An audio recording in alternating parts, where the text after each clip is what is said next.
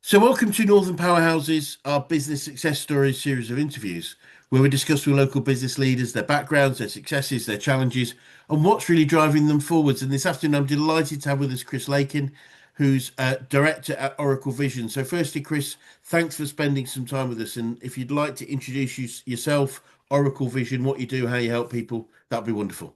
Yes. Yeah, Oracle Vision. Yeah, Chris Lakin. I'm not in the office today, as you can see. I'm sat at home. It's quite apt that we're talking via PC because that seems to be a regular thing these days. But yeah, so Oracle's been around a long time. A long time uh, for my sort of thinking. It's since 2004.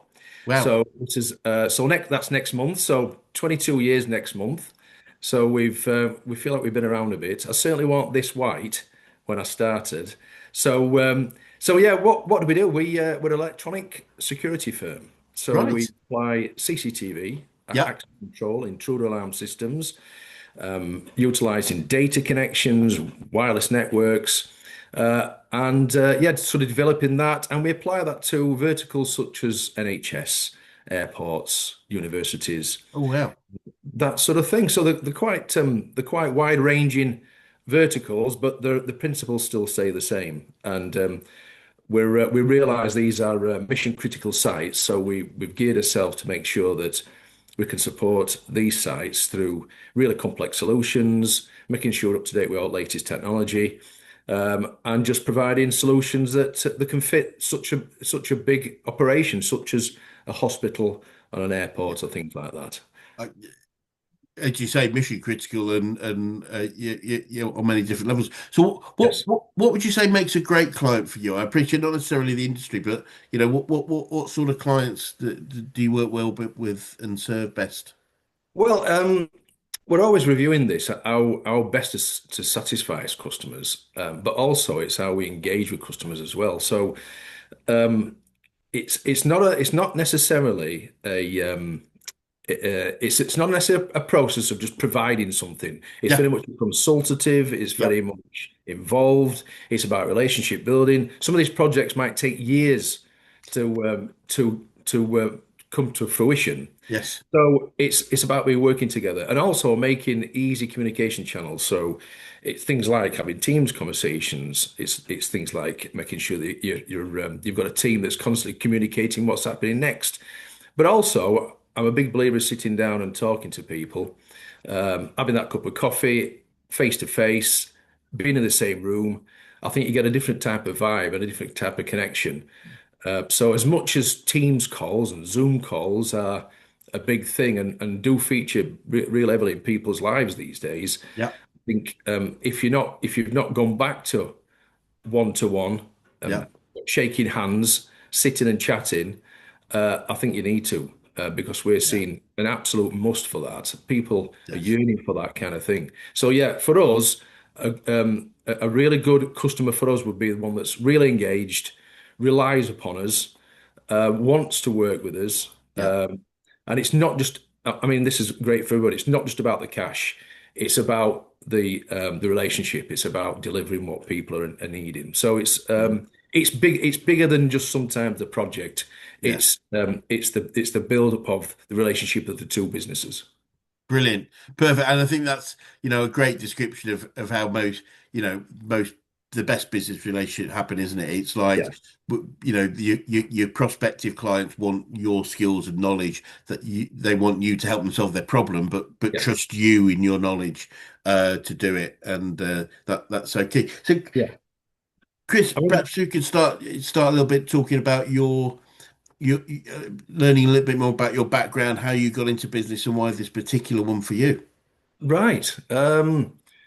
So as you can see, I'm not a spring chicken. So I got into the sort of technology side reasonably early on. I went to work for manufacturers, for CCTV manufacturer in the Okay. old days, where you saw great big chunky cameras, and the picture quality weren't really Yeah. all good. It were like looking through.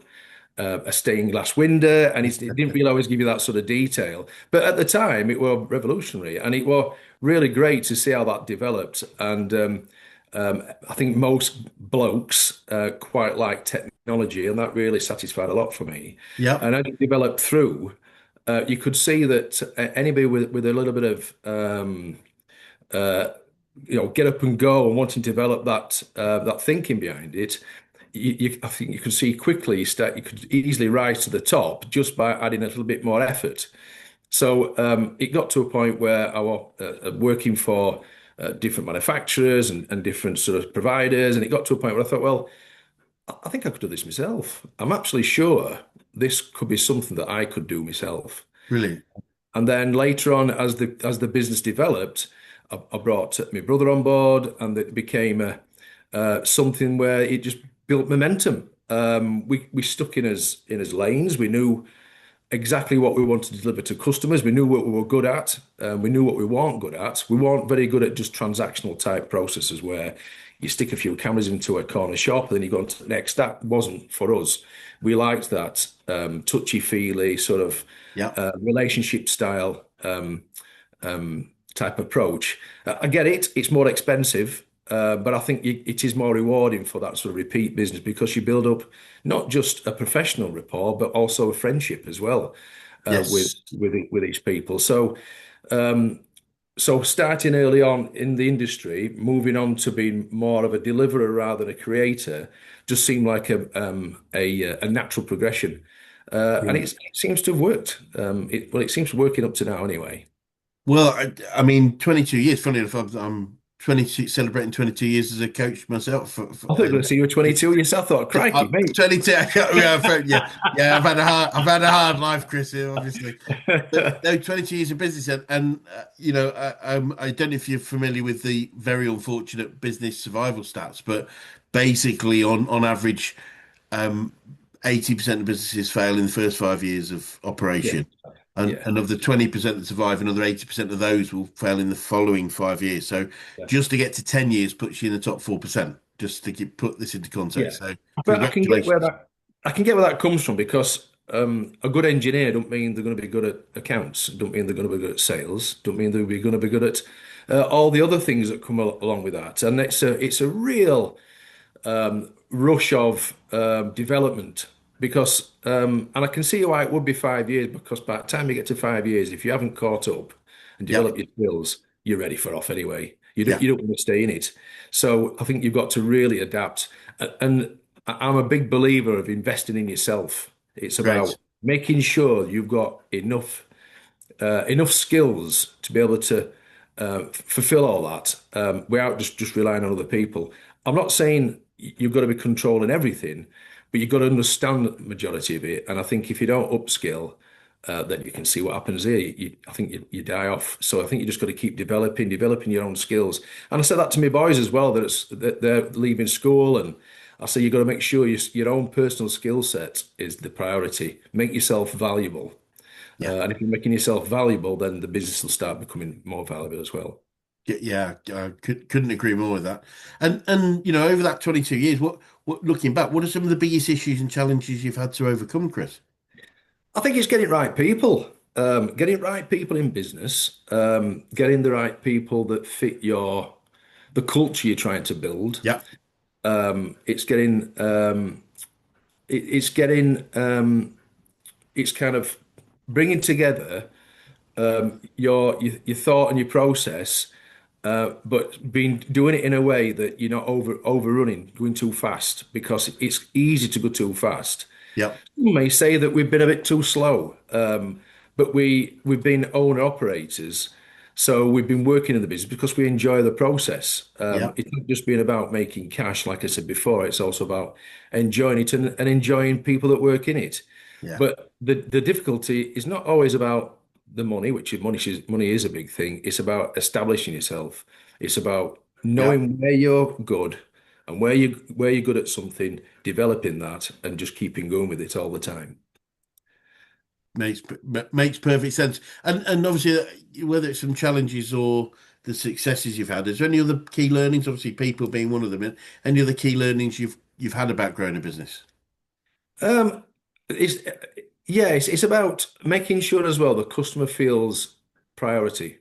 Yep. Good customer service. I mean, it's just good customer service, isn't it? I Yeah. mean, that dictates if you're going to be here in 5 years or not. It's just good customer service. It's being engaged. It's about making sure that they know where they're up to. I think there's a thing these days as well, even more so. It's the Amazon effect. They Yep. always want to know what you're doing Yes. next. Yes. So, and just follow that. If you're going to do something, do it. Yep. If you're going to do something, tell them you're going to do it and when you're going to do it. And when it's going to be delivered, you deliver it when you're going to deliver it. And it's kind of that all the time. It's kind of reaffirming all the time. I'm doing it. Here I am. I'm doing it. Because the worst thing you can do is go quiet. That we see this a lot in this industry as well, where there'll be all the activity of getting that proposal done. Once a proposal's signed, it's radio silence. You say, "Well, hang on a minute. No, that's not how it should be. It needs to keep that continuity. The Yep. customer's now investing in you. Yep. They're not just investing in the products you're providing, but in you as well. Yep. Keep continuity, keep that communication, because then it goes on to the next thing, on to the next thing, and that's how you build repeat business. That's what we want. We want Love it. repeat business, don't we? Getting new stuff all the time. It's too Yes. expensive and it's unpredictable. Love it. We often talk with clients about the two key parts of retaining great clients. One is result or outcome, i.e., we deliver what we say we're going to deliver, which is key, Yes. but also building that relationship, as you said. Yes. And you can deliver everything you've said, you can over deliver, but if they don't like us, then there's still going to be a challenge. But Yeah. when we get clients that both we over deliver and they absolutely love working with us, then we call them advocates, people that recommend us when asked. But top right of that sort of scale is what we call raving fans. Yeah. They're our own sales force out there telling people how wonderful we are. And you've got them when you get a call coming in saying, "I know what you do. I know how much it costs. I've been recommended by Eric. Just come and see me, and let's crack on." Yeah. Uh, And and I get it. You've got a lot of customers. We've all got a lot of customers. But that one customer don't really care less. If you've got lots of customers, they want to feel like your customer. So Absolutely, you might be spinning plates all over the place, but it don't really make any difference. They need to feel like they're looked after. So it's about making sure that you're communicating, you're engaging, you do yep. what you promise, and you can ring them as many times as you want until they say, "Don't ring me anymore," then we'll stop. But as long as they're told, that is it. Just keep telling them, and they'll know where you're up to. Not knowing is the worst thing. Yes, completely agree. Yeah, yeah. Unfortunately, because the brain tends to look to the negative rather than the positive. If we don't know, we tend to assume the negative. Yeah. I think it was a lady called Mary Kay who had a business called Mary Kay Cosmetics over in the States, and she was asked what her secret to business was, and Yeah. she said making people feel special. She said, Of course it is. when I walk into a room, I imagine everyone in the room have got make me special on their Yeah, forehead, and that's what she does. She focuses on the individual and really makes them feel like they're the only person at that point in time. And I think that's absolutely. very much supporting what you've just said. Because not everything happens smooth. There's hiccups sometimes. You do get the Yep. odd bump, and Yes. when you've got that relationship, Yes. you can go there and say, "Look, there has been an issue, but it's how you respond to issue." So Absolutely. if you're responding in a really a timely manner, really it's efficient. So, "Oh, I know it's gone wrong. Obviously it won't plan that way, but we're on it. It's done Yeah. now. We sorted." And they said, "Well, yeah, great. Has it affected the plan? No, the plan's still going. Fantastic. Keep going." Because you're always going to get hiccups. But having that relationship, it softens it. And sometimes there's opportunity in sometimes the negative elements. And you think, well, you've shown now you can do it. So even in the future, in their mind, think, well, even if there's a problem, they'll get it sorted. I couldn't agree more. In fact, I totally support that. I think looking back at my sort of career, I built probably some of the best relationships with clients on how I've solved problems that existed, Of course you do. rather than just, having a good one. But you said something really interesting there that I just want to pick up on because I think it's fascinating. Is there's a problem, and what I heard you say, and I think it's great, is it wasn't planned like that, Yeah. but we'll do our best to fix it. And I think it's really, I'm a big believer in grown-up conversations. Is look, we didn't desire to make this happen. It's not we've done it deliberately. So I appreciate you're upset and angry right now, but that's not us Yes. designing that. And I think that's bringing people back to the grown-up world of, look, we all make mistakes. I think is Yeah. so valuable alongside doing our best to fix it. Absolutely, and being transparent as well. Don't try and cover Yes. it. There's no point in being trying to cover it up. So the No. transparency for us is a big deal. We like to have this stepped approach how we deliver something, so a customer can see in that stage where they're at. So Great. they've got this orders in place, right? The products they're being ordered. So you've got the order from you, Mr. Customer. Thank you very much. Orders in place again. They know where they're at. Next stage, we're going to get you booked in. We're going to be fitting, right? We're fitting it. This is now we've finished it, and it's Love kind it. of the customer thinks, yeah, I know where I'm at because I can see the process, and we should be reaching this at that time, yeah. And when it's done, we're going to have all this Love it. fancy stuff we talked about at the beginning, yeah. So we've delivered as promised. I think that woolly bit where sometimes people get where they don't know where they're at. That's when people's brain starts making Look, well, starts making things up sometimes, if you know what yeah, I we mean. do. I mean, it is known that we go to the negative, not the positive in general. I mean, you still have positive people, but we tend to assume the worst. Yes. But going back to your Amazon analogy, I mean, I love the deliveries where I can see where the drive. Yeah. Your number three. There's three more parcels ahead of you, and you can see that they're going to be coming down. It's almost like, and that just gives you that comfort and confidence that it's on its way. You know, it's going to Yeah. arrive. You can plan all those things. So that sort of visibility is so key. Oh, of course it is. Certainly. And I think that's again that builds confidence and it builds trust that we're doing it. This is where we're up to, and they can see that's what we're doing. And then Brilliant. so well, then there's no worries that it's going to get done.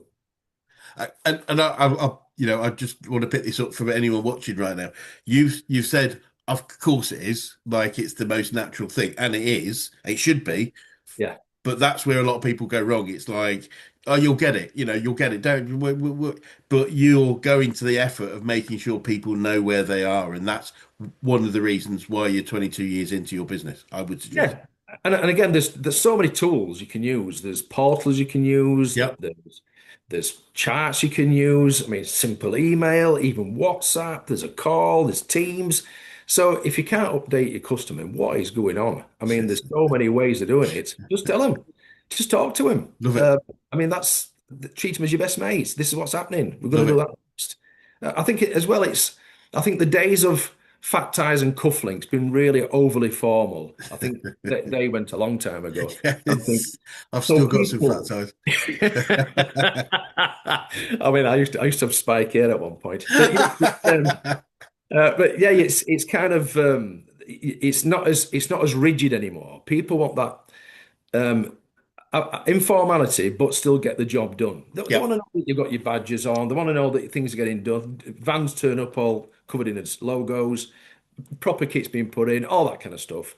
But they still want that honest chat to say, Yeah. is it so? Yeah, it is, Chris. Yeah, it's done. Yeah, that's it. So Love it's it. kind of yeah, having a bit of fun, but getting job done. That's what we kind of say. It's just making sure that it's inhibitions are down, jobs getting done, and then we deliver what we said we're going to do.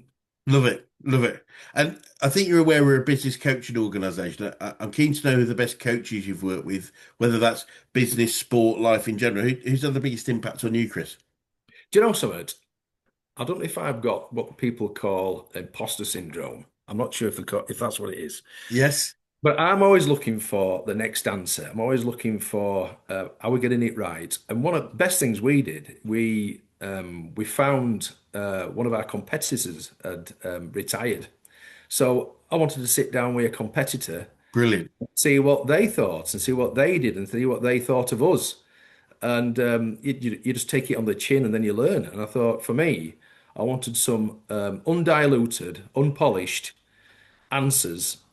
Where could we improve? And it were really interesting. So it were kind of they weren't necessarily a mentor as such.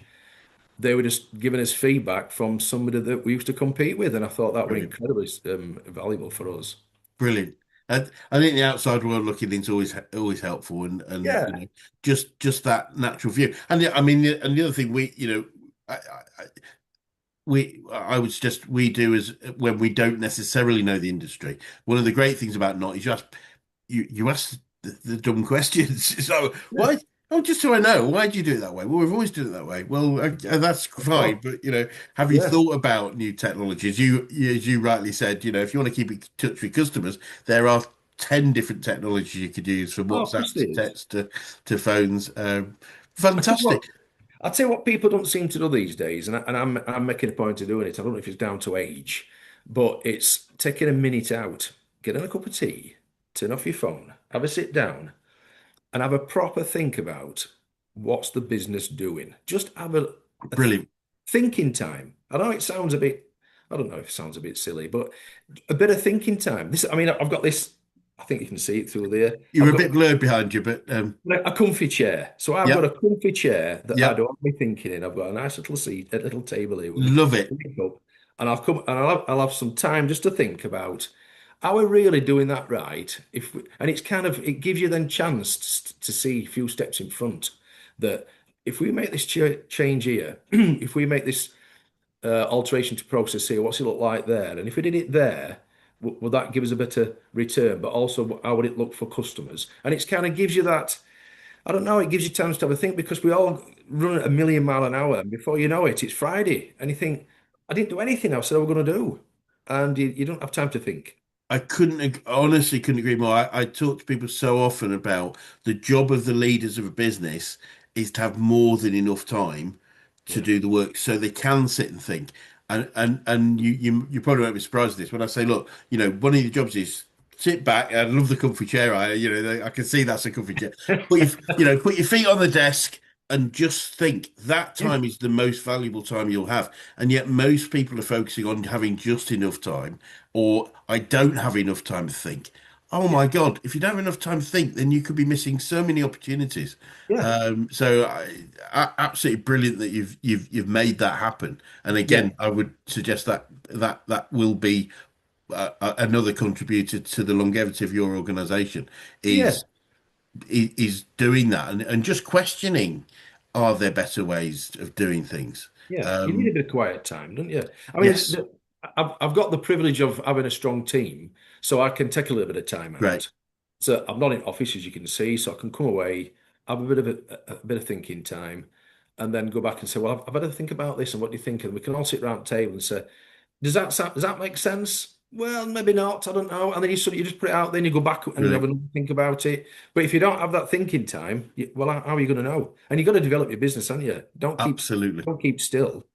Well, 100%, and even more now. The things are changing so fast. A friend of mine said he told me years ago. And there's a quite a famous quote that says, "If you get it right, if you always do what you've always done, you'll always get what you've always got." Yeah, Like the same. exactly. He Exactly he right. he upgraded it. He said, "Look, I'm upgrading this on evidence." And he Yeah. says, "If you always do what you've always done, your history." Yeah. And there's plenty of examples, whether it's Woolworths, whether it's Debenhams, whether it's Yeah. Blockbuster Video, they chose not to change, and guess what? They're no longer relevant. And Yeah, exactly right.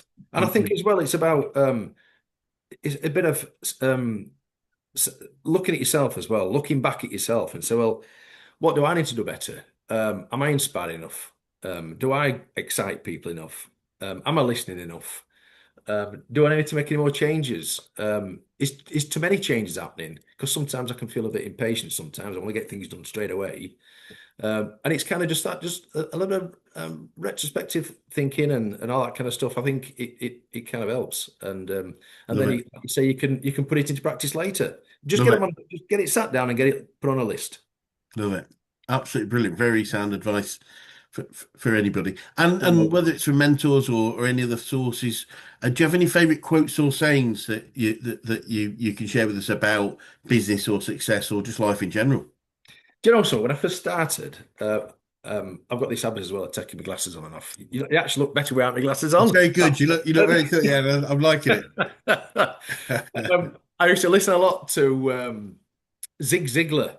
Yeah, So he's no longer with us, is he? Is Zig Ziglar? no, don't think so. There's, I mean, if you've got Spotify, anybody that's listening has got Spotify. Look up Zig Ziglar. Oh, what a character! But he's got so much sense Yeah, coming out of him. It's fantastic. So one of them was about he used to say dress up to go up. I think what he means is feel the part. You've got to Yep. feel the. I know I said that it's not fat tires and cufflinks, but I like to make sure I've got my work gear on. I like to make sure that I'm in the zone when I'm working. If you're not careful, you can feel like you're not quite there. And I think it's about yeah, it's about feeling that you're doing it. You've got to that feel. If you ain't got the feel, nothing seems to happen. So I think for me, Love it.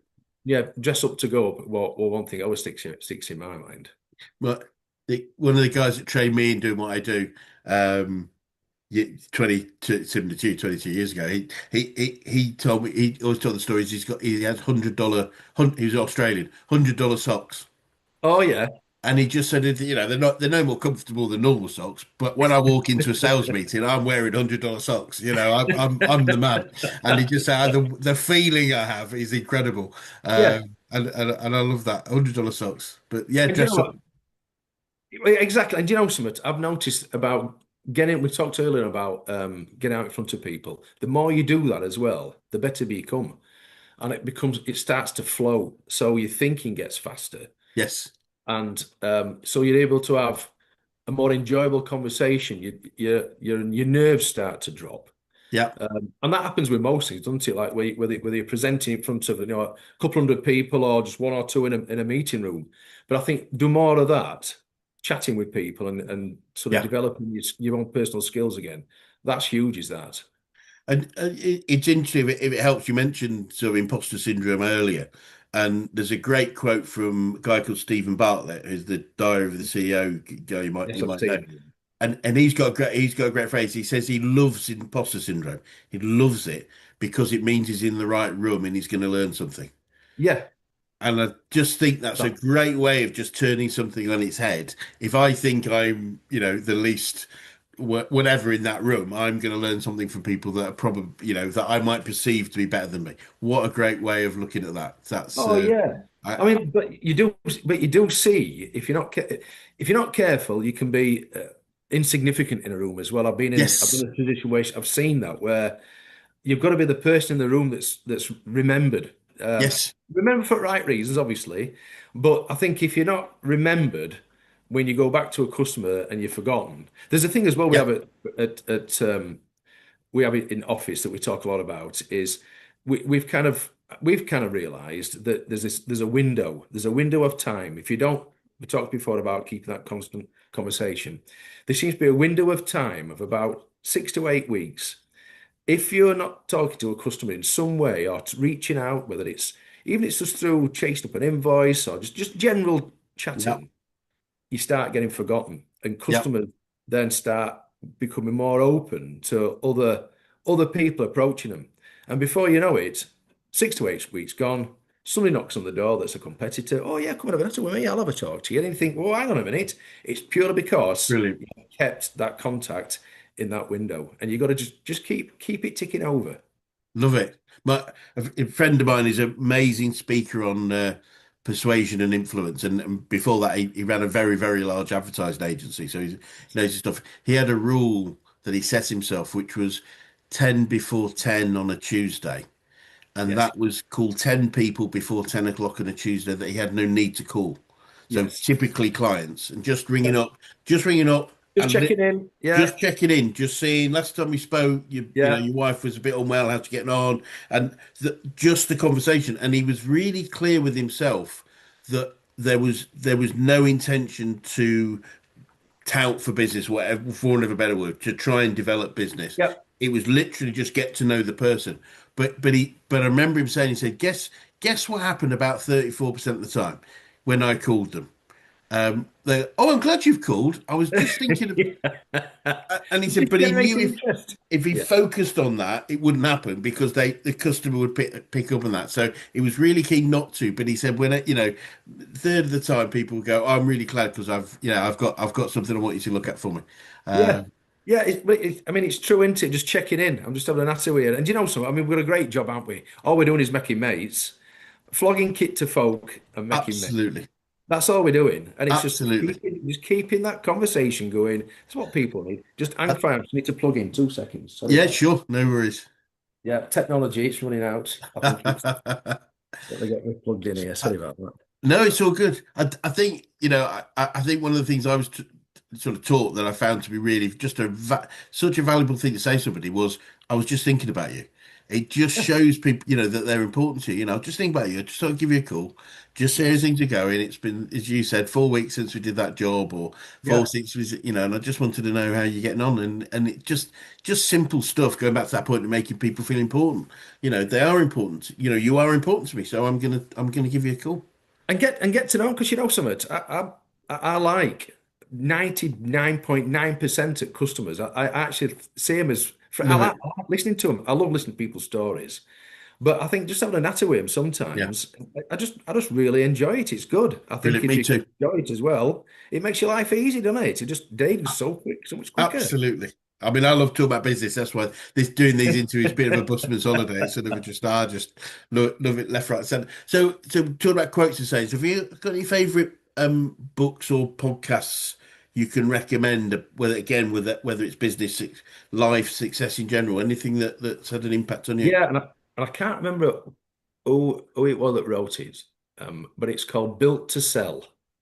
Built to Sell is a really good book because um, when we first started business, Yep. like I said, it with myself, and then my brother Tim came on board, and we were conscious we wanted to build an entity, not just personalities as such. Great. We didn't want people to say, "Oh, we need a system put in, ring Chris or Tim." We wanted it to be ring Oracle Vision. So we were conscious of making sure we built the entity because Great. because otherwise all you're doing is creating a job for yourself. We wanted to create a business.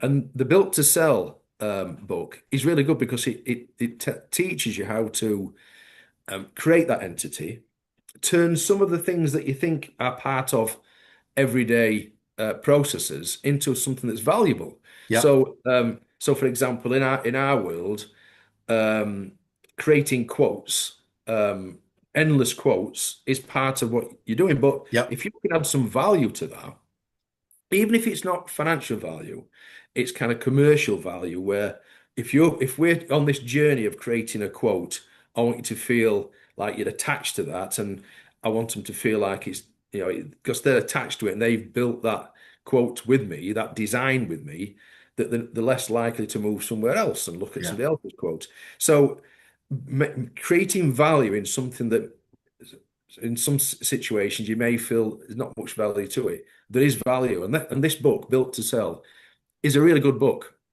and it gives you some practical tips on how that's going to work. Great recommendations. It's trained with the guy. It's a guy called John Morrillo who wrote it. I've been lucky enough to train with him a few years back. Oh, fantastic! Yeah, absolutely, and a good example. Interestingly enough, it comes on to my next point was yeah. What he's got, and for anyone that's watching, there's eight. He describes eight key factors of value.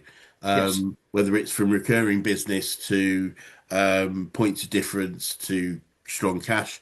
One of his points is what they call I think they call it the Swiss factor, which is about a business being independent of any individual, whether that's yes, within the business or customer. So, keen to get your view of this, Chris. So, our definition in Action Coach of a true business is a commercial, profitable enterprise that works without its owners. And exactly keen right. to know, yeah, it's Yeah, I'm something sat here. Yeah, so I've got a great. team that's doing that, and you're exactly right. So we made sure there were there is platforms in place that automate certain Yes, processes, but it also joins together other elements of the business. So you've got early stage interaction with a customer, which would be the sales yep, element, and then that'll turn into project delivery, and then that'll turn into aftercare, brilliant, maintenance and service. That process is all joined together in one platform, brilliant. but you need to make sure they're joined up properly. Yep, So we want to make sure that we're in place, not just us shared in Excel spreadsheets. yep, So it's kind of you're exactly right. It's making sure you got all the tools you need, the zero and people for HR and all that sort of stuff. And then you've got the right people in place because that, like I said before, that is a real challenge getting right people. yes, But if you can develop people from within the business up as management, that culture stays with them, doesn't it? And builds them up. yes, Provided you've got plenty of training, they feel fully supported, absolutely. and you're working with them. I absolutely. One of the key things is we pass our culture, because our culture will be what's made it successful, into the business. So it's like, Absolutely. and our job should become the champions of the culture, is really to make sure that's embedded throughout. But no, yeah, I had a feeling you'd subscribe to that. It's quite a difficult journey, because most businesses, as you mentioned earlier, they're started by people that are good at what they do, and they're not necessarily good at running a business at what they do. But the challenge is, and I think it's culture as well, is that we're taught from an early age, quite correctly, that the harder we work, the more successful we'll be. It's an absolute truth. Yeah. But as a business owner, there gets a point where it can't be about us anymore. And if we No. if we don't change and start to work through others, then we become the limit of the business, if that makes Yeah. sense. And it's kind of what I mentioned earlier as well about investing in yourself. Yes. That there's only so far you can go in life in terms of your body and not that you can't just keep grafting hard. Yeah. You've got to be able to develop your own personal skills as well, so that Yes. your knowledge becomes your value, not Yeah. just your arms and legs. Yeah. Uh, Up and down ladders when you're in your 50s and 60s, Yes. don't sound like a good prospect, does that? So it's about making sure you're developing yourself all the time. Brilliant. Brilliant. And on that note, what would you say you've learned about yourself throughout your journey so far, Chris? Um, do you know something? I've learned that I change all the time. You've got to be open to change. Yep. A lot of people aren't. Yep. But I've noticed that I'm different, obviously after certain events, but I've noticed that I'm different today than I was a month ago. Maybe I know definitely for a year ago. And I think it's knowing your capability. I think it's don't be afraid to have a go. Just have a go. People just Done don't it. have a go sometimes. Don't overthink it. Have a go, and if it don't work, then let's just try again. But I Yep. think, yeah, just keep having a go all the time, because Brilliant. otherwise, time goes that quick. You'll miss the boat. Yeah. That's very, very, very sound advice. And looking to the future then, Chris, what does the future look like for you guys, and what challenges do you think you might face, if any? Um, More people. As you grow, you're going to need more people. Yep. It's a constant challenge, and there's a bit of a skills gap at the minute that we need to make sure that Yes. um, we work around. Technology is a huge focus for us at the minute. The rate it's changing, it's incredible, but it's so exciting at the minute how it's all developing. The involvement of AI and automated solutions and integration. Yep. That is so exciting. So I think it's been measured enough so that we don't try and grab all these opportunities at the same time, because again, you might dilute your focus. But I think it's about choosing the right type of focus. Like we said before, it's got to make sure you do what you're good at. You don't want to dilute it, like I say, your attention for your customers. Got to make sure that you still look after them. But I think the challenge is about how that's going to, how the development of these new technologies is going to impact your business. They could be really positive, Yep. but if you're not careful, you could rely too much on these Yes. technologies and maybe slip away from the core of your business. So I think it's like Yep. it's like anything else, whether we're a year old or 22-year old. It's measured growth, isn't it? You just got Yeah. to make sure you don't grow quicker than you can cope with. No. Very sound advice. It's quite, I'd say, easy to do. That's not necessarily that easy to grow that fast, but it's easy to think that growing as fast as possible You is can, is the yeah, right way forward. you can grow the thing is your focus can grow too much. So you can be thinking all these different things and never be really focused on anything. So as much as when we talk about growth, it's not just the traditional growth of business coming in. It could be growth of your offering. And if your offering's Yeah. too diluted and you've got too many points of attention and not really focused on a Yeah. calling for you, that again that can cause problems. It's really interesting. With my first business, we were a tech business going back quite a long time. So not current tech, but we Yeah. we were in we were nominated and took part in the the North of England tech. They call it Tech Fast 50. I think you get these sort of fastest growing tech businesses north of England. Yeah. And we were growing quite significantly. So we were growing about 30 to 40% every year. We the That's impressive. It's not bad, is it? My part Yeah. of the business was growing at 300 to 400%, Oh, which was a problem yeah. for me personally. But what I found interesting about the awards was we were we were 3 years we went to the awards, and we I don't think we ever got past about 19th. We were 19th, 22nd, 27th, something like that, and it was all good. What was really fascinating was when the third year we were there, we were only one of, I think, given it was 50 businesses, I think there were only five businesses there that had been there all 3 years. That's And it amazing. and it was an interesting lesson to learn that, too faster growth is clearly going to have an issue Yeah. on the business. Doesn't mean it's On negative, performance. but Yeah. unmanaged too faster growth can be as challenging as no growth or negative growth. Yeah, because I mean, you can only spin so many plates, can't you, before they start dropping? Yes. Yeah. So yeah, just do it measured and have a plan as well. Have a bit of a plan. Write something down because it's Perfect. so easy to just keep chugging along. And you say, well, hang on a minute. What is actually is the aim? Because we don't we don't actually know what the aim is. What's the point? Is it just to make money and just to keep going? Well, where are we trying to be? Because It, there's often matrix that there's a matrix within people's industry that say that if I want to get to X, I need X amount of people to do X amount of work to do X amount of projects. If you can work that out, you can give yourself a bit more of an understanding of actually where we want to be. And if you've got no target, how do you know if you've hit it? 100%. I couldn't agree more. It's one of the things, one of the base forms of we call it mastery, and what we help people with is four parts of mastery. One is destination, where we're headed, Yeah, and the phrase, one of the first parts of that is making sure that the business is designed to give the owners the lifestyle they choose to have, because that's where, owner managed businesses that's their purpose. They can do lots of other things, employ great people, do great in the community. But, most people start businesses because of what it's going to give them. So firstly, it starts with what the owners want. But secondly, have a clear direction, because, we've seen so many businesses where they're working so hard 180 degrees to the direction they would have had if they'd actually decided in the first. It's like yeah, they've just got their heads down, and just heads down isn't going to get us. We'd be very lucky to end up where we actually wanted to be if we've only ever got our heads down. yeah. So Absolutely.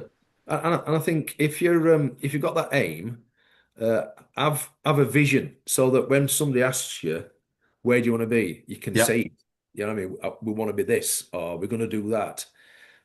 Because otherwise, if you ain't got that vision, well, you're supposed to be the one that's driving it. Who else is going to have that vision? And if you're not, as well, if you're not fired up and excited, act absolutely, excited. If you're not going to be excited, if absolutely. you're not going to be excited, who's going to be excited about your business? So be super excited.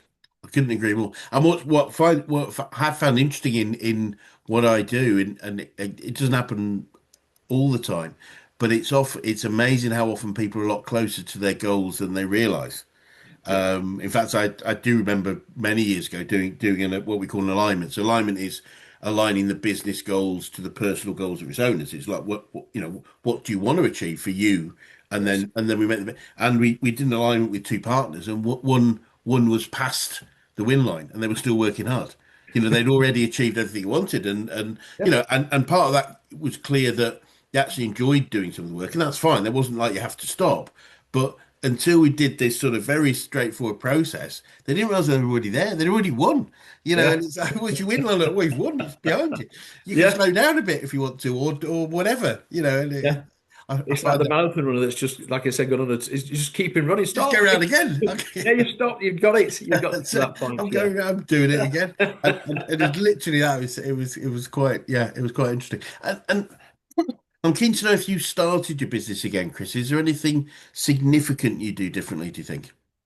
So I think, what did I do differently?